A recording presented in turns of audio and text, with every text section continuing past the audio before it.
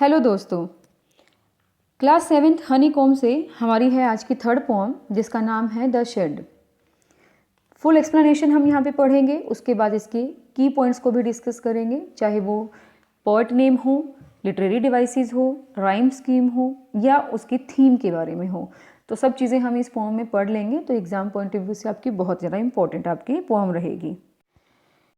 Do you know what a shade is? सबसे पहले तो हमें मीनिंग ही पता होना चाहिए। जो भी हम पोम पढ़ रहे हैं उसका जो टाइटल है उस टाइटल का मीनिंग हमारे पास क्या होता है। तो इसने पूछा है कि do you know what a shade is, इसने खुद आंसर दे दिया। अ काउ शेड यानी कि जहाँ पे काउज को रखा जाता है। अ टूल शेड जहाँ पे हमारे टूल्स रखे जाते हैं, ठीक है। अ वुड शेड लकड़ियाँ जहाँ रखी जाए। For example it's a small room away from the main house for storing and keeping things, animals, tools, vehicles etcetera. Ask your partner if she or he has ever seen a shed. Let her or him describe it to the class. अब देखो क्या होता है, ये एक किस्म से जैसे हमारा स्टोर होता है ना, उस स्टोर की जैसा ही होता है। तो जो भी हमारे पास एक्स्ट्रा चीज़ें होती हैं या तो वो रख देते हैं या पर्टिकुलर कुछ चीज़ें होती हैं जो उन्हीं को ही वहाँ पर रखा जाता है ताकि जब ज़रूरत पड़े तो हम वहाँ से उसको निकाल सकें। तो storing and keeping things, animals भी रखे जाते हैं, इसलिए इसने बोला था काउ शेड हो सकती है, ठीक है। टूल्स रखे जाते हैं, व्हीकल्स रखे जाते हैं। तो ये हमारे पास क्या होता है, एक शेड होता है, एक टेम्परेरी रूम होता है आप कह सकते हो। कई बार तो ये बहुत अच्छे तरीके से मेंटेन करके बनाया होता है और कई बार इसको जैसे कच्ची छतें होती हैं उस तरीके से भी बनाया जा सकता है। तो ये होता है हमारे पास शेड, ठीक है। तो now read the poem. Poem को हम पढ़ लेते हैं। क्या है हमारे पास, देखो इस तरीके से आप देख सकते हो जैसे कि एक टेम्परेरी रूफ जैसा इसने बनाया हुआ है कि गार्डन के अंदर जो है एक शेड बनाया हुआ है, ओके। गार्डन की इक्विपमेंट्स रखने के लिए और सब। तो there is a shade at the bottom of our garden. जो गार्डन है, गार्डन के जब नीचे की तरफ हम चलते हैं यानी कि इस तरीके से स्लोप होगा कोई गार्डन का, उसमें हमारे पास बिल्कुल बॉटम में एक क्या बना हुआ है, शेड बना हुआ है with the spiders web hanging across the door. अब ये जो शेड है, ये जो एक रूम बना हुआ है, ये बिल्कुल अलोन रूम है। इसके अंदर कई दिन हो गए हैं जाए हुए, ठीक है, गए हुए। इस वजह से इसने ये कहा है कि स्पाइडर है, जो मकड़ी का जाला होता है, वो डोर के बाहर लटक रहा है। तो मतलब एक तरफ से इसको जो है एक हॉरिबल लुक देते हुए पोम जो है डिस्क्राइब की गई है। The hinges are rusty and creak in wind. जो हिंजेस होते हैं, हिंजेस क्या होते हैं, जो दरवाजे होते हैं, दरवाजे के ऊपर साइड में जो दरवाज़ा खुलता है बंद होता है, वो जो क्या लगाए जाते हैं, जॉइंट्स लगाए जाते हैं, उनको हिंजेस कहा जाता है, ठीक है। वो पुराने हो चुके हैं, रस्टी हो चुके हैं, जंग लग चुका है उनके। एंड क्रीक इन विंड, और जब हवा चलती है तो वो क्रीक साउंड करते हैं यानी कि क्रीकिंग करते हैं, ठीक है। When I am in bed I lie and I listen, I will open the door one day. तो अब ये क्या करता है, जो राइटर है, जो पोएट है जो हमारे, वो क्या बताते हैं कि जब मैं बेड पर सोया हुआ था या सोया हुआ होता हूँ तो मैं लेटा होता हूँ और मैं सुनता हूँ, यानी कि जो ये आवाज़ें आ रही होती हैं खिड़की की, दरवाज़ों की या खुद के उसके रूम के दरवाजे की, जो एक क्रीकिंग साउंड है उसको मैं सुन रहा होता हूँ। I will open that door one day, और फिर मैं ये सोचता हूँ कि मैं एक दिन इस डोर को ज़रूर खोलूँगा, ठीक है। तो इस तरीके से वो एक मिस्ट्री क्रिएट कर रहा है कि ये डोर हमने कभी खोला नहीं है, या मैं जब बड़ा हो रहा हूँ मैंने किसी को इसके अंदर जाते हुए नहीं देखा है, जाले लटक रहे हैं, खिड़कियाँ आवाज़ें करती हैं, ठीक है। इस तरीके से उसने ये बताया है कि वो एक अलोन रूम है, nobody wants to go in that room. So next हमारा इसका स्टैंजा है कि there is a dusty old window around at the side with 3 cracked panes of glass. अब यहाँ पे क्या बोला है, डस्टी ओल्ड विंडो है, वहाँ पे क्या है, एक धूल से भरी हुई, डस्टी क्या होता है, धूल से भरी हुई विंडो है around at the side with 3 cracked panes of glass, और उसके ऊपर जो है ग्लास के शीशे लगे हुए हैं जो टूटे हुए हैं। 3 क्रैक्ड है ना, 3 जो ग्लास हैं उसके ऊपर खिड़कियों के, वो क्या हैं, टूटे हुए हैं। I often think there is someone staring at me. मैं अक्सर सोचता हूँ कि कोई है वहाँ पे जो मुझे घूर रहा है। स्टेरिंग मतलब क्या होता है, लुकिंग एट समथिंग कंटिन्यूसली। जब कोई चीज़ हम लगातार देख रहे होते हैं, इट मीन्स समवन और we are staring at the thing और at the person.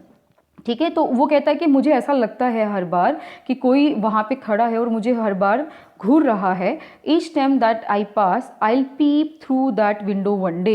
Each time, हर बार जब भी मैं वहाँ से गुजरता हूँ तब लगता है मुझे कि कोई घूर रहा है। आई पीप, मतलब पीप का मतलब यहाँ पे क्या हुआ कि झांक करके देखूंगा, through that window one day, एक दिन उस विंडो में से। अब वो कह रहा है कि अब मुझे तो ये एहसास हो रहा है कि कोई है वहाँ पे, लेकिन ये चीज़ कंफर्म करने के लिए one day I will just peep through that window. Peep मतलब आप कह सकते हो कि टू लुक सीक्रेटिवली, है ना, जब हम बिल्कुल आराम से चोरी छुपे किसी चीज़ को देखते हैं अंदर झांक करके, तो उसको पीप कहा जाता है। My brother says there is a ghost in the shed. अब उसके बड़ा ब्रदर आ गया, ठीक है। और ये जो ब्रदर लोग होते हैं ना, ये बड़े हॉरिबल होते हैं कई बार, तो है ना, ये डरा देते हैं छोटे बच्चे को, अगर ना डर रहा हो तो डर जाए। तो उसका ब्रदर क्या कहता है, उसका ब्रदर कहता है, मेरा ब्रदर कहता है कि वहाँ पे उस शेड में गोस्ट हैं, भूत हैं। Who hides under the rotten floor boards. तो वहाँ पे जो फ्लोर बोर्ड्स हैं, ठीक है, जो कह सकते हो आप, जो लकड़ी के वहाँ पे वो बने हुए हैं, फर्श बने हुए हैं, उसके नीचे छुपा हुआ है, छुपा होता है। तो इन्होंने प्रेजेंट टेंस के अकॉर्डिंग ही इन्होंने बताया है कि उस शेड में भूत रहते हैं, और वो जो उसके फ्लोर बोर्ड्स हैं उसके नीचे जो रोटन आप कह सकते हो, गले सड़े से पुराने जो हो चुके हैं, टूटे फूटे से हो चुके हैं, उनके नीचे छुपा रहता है। And if I ever dare to set foot inside I will jump out and chop off my head, but I will take a peek one day. अब ये कह रहा है कि and if I ever dare, और मैं कभी अगर कोशिश भी कर लूँ, हिम्मत भी कर लूँ, टू सेट फुट इनसाइड, उसके अंदर जाने की। टू सेट फुट इनसाइड का मतलब क्या होता है, उसके अंदर जाने की, पाँव अंदर रखने की, ये मतलब होगा कि उसके अंदर जाने की। ही विल जंप आउट, तो वो भूत जो है वो मेरे ऊपर जंप करेगा, and chop off my head, और मेरा गला काट देगा। But I will take a peek one day, लेकिन फिर से वो यही चीज़ कहता है कि मैं किसी दिन तो उस रूम के अंदर जा कर के जरूर देखूंगा। पीक का मतलब यहाँ पे क्या हो गया, to look at something quickly and secretively. ठीक है, ये आप नोट डाउन कर सकते हैं, अपना वर्ड अगर आपको लिखना है, बुक है तो आपके पास, उसमें नोट डाउन कर लीजिएगा। लेकिन यहाँ पे फिर से क्यूरियोसिटी उसके माइंड में आती है पोइट के, कि किसी दिन तो मैं उस रूम के अंदर जा कर के जरूर देखूंगा कि इज इट फैक्ट और नॉट, है ना। I know that there isn't really a ghost, मुझे पता है सच में वहाँ पे कोई भूत नहीं है। My brother tells lies to keep the shed for his den. देखो, एक तो डैन होती है गुफा, जिसमें कह सकते हो कि एनिमल्स रहते हैं और सब, लेकिन यहाँ पे अगर हम बात करें तो ये कह सकते हो कि जो भाई का सीक्रेट प्लेस है ये। जैसे कई बार क्या होता है कि जो बड़े ब्रदर होते हैं या तो कुछ रॉन्ग एक्टिविटीज़ में इंक्लूड होते हैं, इस वजह से उनको सीक्रेट रूम रखना पड़ता है, या अपने भाइयों से छुपा करके या अपने सिबलिंग्स से छुपा करके वो जैसे कोई चीज़ रख लेते हैं, अपने खेलने की टॉयज़ हैं और सब हैं वो रख लेते हैं, तब जा कर के वो सीक्रेट प्लेस बन जाता है उनके लिए। तो कोई भी मैनर हो सकता है यहाँ पे, किस वे में जो है राइटर यहाँ पे कहना चाह रहा है, बट आप सिर्फ इतना मान के चलिएंगे डैन को कि एक सीक्रेट प्लेस है। तो माई ब्रदर टेल्स लाइज, मेरा ब्रदर झूठ बोलता है। किस लिए झूठ बोलता है, to keep the shed for his den, ताकि वो शेड जो है वो अपने सीक्रेट चीज़ों के लिए सेव करके रख सके, है ना, किसी को पता ही नहीं चलेगा, और वो कोई आता जाता तो है नहीं है उस शेड में, इस वजह से वो अपनी सारी सीक्रेट एक्टिविटीज़ वहाँ पे क्रिएट कर सकता है। देयर इजंट एनीवन स्टेरिंग और मेकिंग स्ट्रेंज नॉइसेस, वहाँ पे कोई नहीं है ऐसा जो घूर रहा हो या कोई भी ये स्ट्रेंज नॉइस, अजीब सी आवाज़ें निकाल रहा हो। And the spider has been gone from his web since I don't know when. अब ये कह रहा है कि मेरे को नहीं पता ये बात कब से हुई है, लेकिन मैंने देखा है कि जो स्पाइडर है वहाँ से अपने जालों में से जा चुकी है, यानी कि अब वहाँ पे सिर्फ जाला लटक रहा है लेकिन स्पाइडर कोई भी नहीं है। I will go into that shed one day soon, और मैं उस शेड में बहुत जल्द ही अंदर जाने वाला हूँ किसी एक दिन, बट नॉट जस्ट येट।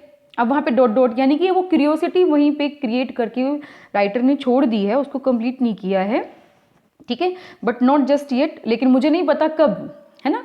तो वो इनकम्प्लीट करके यहाँ पे छोड़ दिया है, इनकम्प्लीट छोड़ दिया है। अब वो कह रहा है कि किसी दिन तो मैं उस रूम में जा कर के रियलिटी चेक करूँगा कि व्हाट एक्चुअली इज़ देयर, है ना। तो ये हमारे पास पोम होगी, and the poet is Frank Flint, ठीक है, फ्रैंक फ्लिन इसके पोइट हो जाएंगे। तो बहुत ही अच्छी बट हॉरिबल सी जो है ये एक पोम क्रिएट की गई थी राइटर के द्वारा। Answer the following question, who is the speaker in the pome, जो राइटर है फ्रैंक फ्लिन, या आप कह सकते हो यंगर ब्रदर है, वो जो है इसका क्या है, राइटर है, पोएम है, सॉरी स्पीकर है।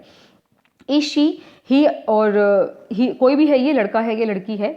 इज शी और ही अफ्रेड और क्यूरियस और बोथ, क्या ये डरा हुआ है या क्यूरियस है, या दोनों ही है?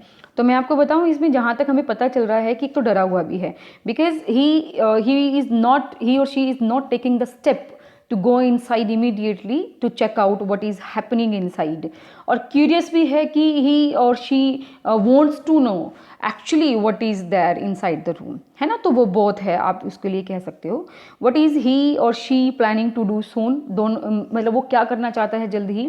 he or she wants to peep inside the room, okay, to know the reality of the room।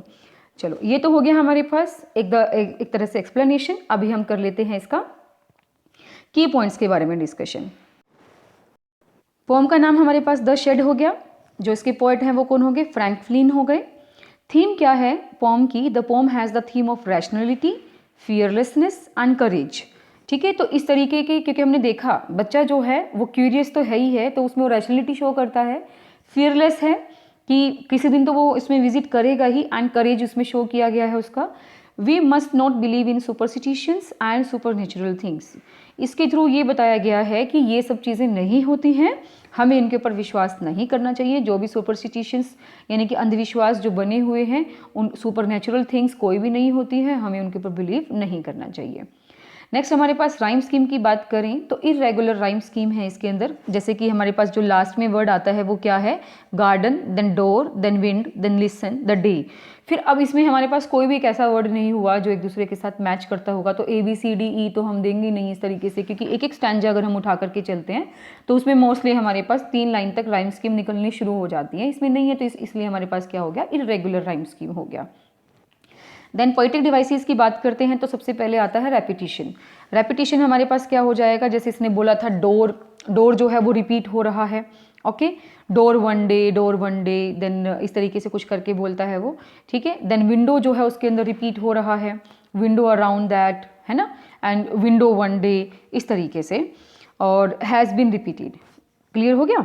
Then imagery, अब जैसे कि आप इसको पढ़ते हो पोम को, तो आपके सामने एक पिक्चराइज सीन बन रहा है कि नहीं बन रहा है, कि वो कहता है कि वहाँ पे एक डोर है जिस पे जाला लटक रहा है, वो कहता है कि विंडो है उसके पैन जो हैं वो टूटे हुए हैं, क्रैक्ड हैं, इस तरीके से आपके दिमाग में एक इमेज बन रही है ना। तो इसलिए हम क्या कहेंगे, इसको इमेजरी बोलेंगे। The poet has been given the visual description of the shed, उसने पूरा एक विजुअल डिस्क्रिप्शन दिया है, गार्डन के बॉटम में जाकर के वो बना हुआ है, और सब समझ आ गया, ये हिंजेस हैं, रस्टी है, क्रीक है, तो वो सब इमेजरी में ही हमारे इंक्लूड होते हैं, जब एक विजुअल सा बन जाता है हमारी आंखों के सामने, ना चीज़ें होते हुए भी। नेक्स्ट हमारे पास एलिट्रेशन है, ठीक है। समवन स्टेयरिंग, इसमें क्या हो गया हमारे पास, एसएस जो है वो रिपीट हो रहा है। थिंक देयर, टीटी हमारे पास रिपीट हो रहा है, तो इसलिए हमारे पास यहाँ पे क्या हो गया, एलिट्रेशन हो गया। तो इस तरीके से आपको इसको समझना पड़ेगा। देन एजोनेंस आता है हमारे पास। एजोनेंस का मतलब क्या है, मैंने आपको पिछली वीडियो में भी बताया था, जब विद इन द सेंटेंस हमारे पास जो वर्ड्स हैं उनके अंदर अगर साउंड रिपीट हो रही होती है किसी भी वोवल की, AEIOU में से, तो वो हमारे पास क्या होता है, एजोनेंस होता है। जैसे कि आई एम इन बेड, आई लाई, तो ये क्या हो गया, आई रिपीट हो रहा है, आई, ठीक है। तो I am in bed, I lie and I listen, यहाँ तक होगी बात, समझ में आ गई। And out and chop of, तो ओ की जो है यहाँ पे क्या हो रही है, साउंड रिपीट हो रही है, that's why we call it assonance. Then consonance भी इसके अंदर है, जिसमें हमारे पास कॉन्सोनेंट की जो साउंड होती है वो रिपीट होती है विद इन द वर्ड। जैसे क्या होता है, steering and making strange noises, यहाँ पे एस जो है वो रिपीट हो रहा है, स्टेयरिंग, स्ट्रेंज, नॉइसेज, तो इस तरीके से हमारे पास एस जो है वो रिपीट हो रहा है, और एस क्या है, एक कॉन्सोनेंट है, और जब कॉन्सोनेंट साउंड की रेपिटेशन होती है तो वो हमारे पास क्या होती है, कॉन्सोनेंस होता है। जब इस तरीके से हमारे पास होता है, एक बात ध्यान देख लीजिएगा आप, मैंने आपको पीछे बताया था एलिट्रेशन, जब हमारे पास लेटर जो होता है वो रिपीट हो रहा होता है तो एलिट्रेशन होता है, लेकिन जब साउंड रिपीट हो रही होती है किसी भी सेंटेंस में इस तरीके से, तो वहाँ कॉन्सोनेंस होता है। तो थोड़ा सा इसको आप अच्छे से समझ लीजिएगा, क्योंकि लिटरेरी टर्म्स हैं, थोड़ी चीज़ें समझ के चलेंगे तो it will be easier for us to understand, है ना। तो ये थी हमारी आज की पोम जिसका नाम था द शेड। बहुत ही यूनिक सी पोम थी। जिस तरीके से एक बच्चा सोच रहा होता है किसी भी एक स्ट्रेंज चीज़ को लेकर के, ठीक है, तो वहाँ पे वो जाने की इतनी हिम्मत सी करता नहीं है। तो ऑल अबाउट दैट शेड, है ना। तो आई होप कि वीडियो अच्छी लगी होगी, फॉर्म भी अच्छे से समझ में आ गई होगी। अगर कोई डाउट है तो आप कमेंट बॉक्स में बता सकते हो, और वीडियोस अच्छी लगी तो लाइक शेयर कर दो, चैनल पर नए हो तो सब्सक्राइब कर दो। आप सब्सक्राइब नहीं करते हैं, आप वीडियोस देखने आते हैं, देख के चले जाते हैं, पर मेरी आपसे रिक्वेस्ट है कि आप चैनल को भी ज़रूर सब्सक्राइब कीजिएगा, ताकि आपको अर्ली नोटिफिकेशन मिल जाए और जो भी चीज़ आप कई बार मिस कर देते हो वो आप मिस भी ना कर पाएँ। चलिए, thank you very much for being with us.